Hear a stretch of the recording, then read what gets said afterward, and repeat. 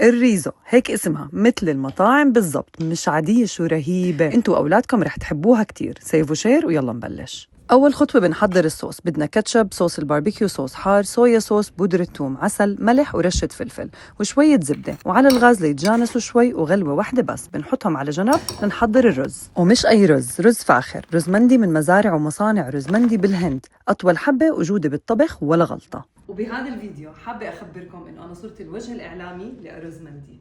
بغسل الرز وبنقعه من 10 ل 15 دقيقة، وبطنجرة على الغاز بنضيف الزبدة والزيت النباتي، وبنقلب فيهم البصل المفرومة ناعم والثومة المفرومة لحتى يدبلوا، وبنضيف الكاري، بودرة ثوم، رشة كركم، وجزء من الصلصة اللي حضرناها أول الفيديو، ملح وشوية فلفل أسود وشوي صوص حار. بنحركهم ليتجانسوا، وبنضيف الرز بعد ما نصفيه من المي، بعدين بنضيف له المرق، والتزموا بالمقادير المكتوبة في الكابشن.